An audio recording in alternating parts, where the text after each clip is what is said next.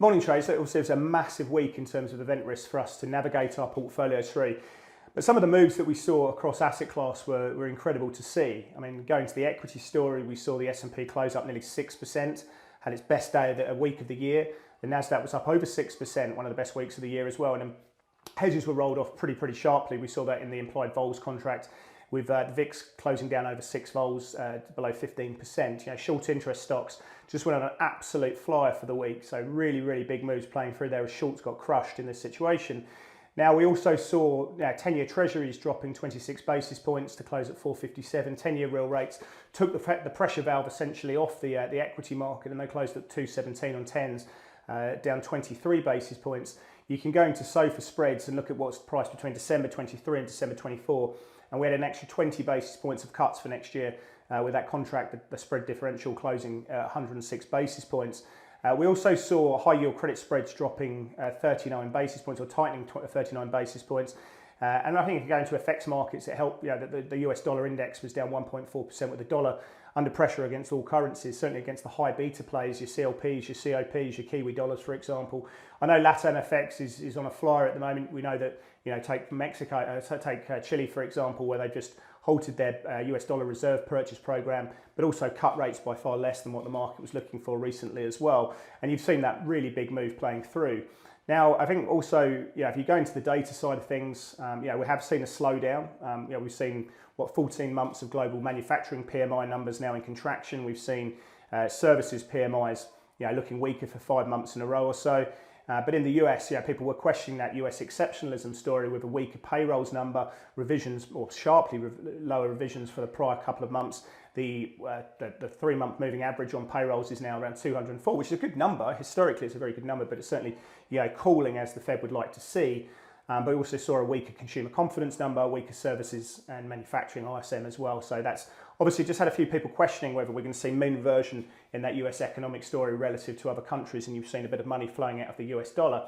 Now, what I will say as we go into the week ahead is we are expecting quite a bit of supply to come through, and in the absence of any kind of major news to focus on, will these treasury longs look to cut back and take some profits playing through, and that may support the US dollar after a big week lower, and maybe weigh on the equity story and prohibit people looking to chase this move.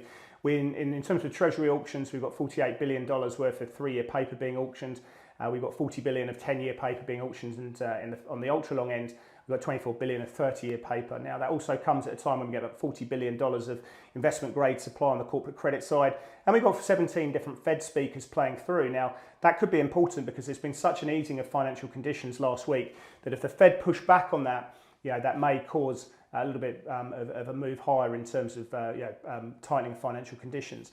So something we are looking for very closely. The other factor is just to have a look at the rate story at the moment. Now, if we have a look at sort of interest rate pricing, it's a collection of bets. Effectively, it's a probabilistic expected value for each month, and looking at sort of the mean if we're looking at a sort of a normal distribution, if you like.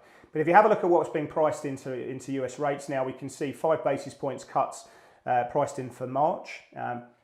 Clearly far too early in my mind for them to be looking to ease rates at the moment into that period. But if we go down to May, we can see 18 basis points of cuts being priced in around that time. We can go into 1-year forward rates effectively and see 72 basis points being priced in between now and this time next year. So that's nearly 3 rate cuts being priced in. In the UK, we can see 41 basis points of cuts being priced over the next 12 months. If we have a look into more sort of short-term SONIA rates, you can effectively see that the door is open for rate cuts from around May, and we get the first full rate cut really being priced in by August. In Europe, we've got 82 basis points of cuts being priced in over 12 months. We're looking for the door to really be opened around that March window, and the first rate cut being priced in by April. Go forward though, you've got Canada with 61 basis points by this time next year, New Zealand 25, we're on rate cut there, and then also Mexico, where we're expecting them to start easing rates probably at the start of the new year. We've got about 117 basis points, nearly 5 rate cuts being priced in. Where the exceptions lie, of course, is in Australia, where this time next year we won't be easing, we'd still see 1 rate hike, and also Japan, where the market's betting that we're going to see 1 rate hike by this time next year. Now, of course, the Fed are going to push back on this situation. We're going to watch the next CPI print coming up on the 14th, 15th, depending where you are, of November.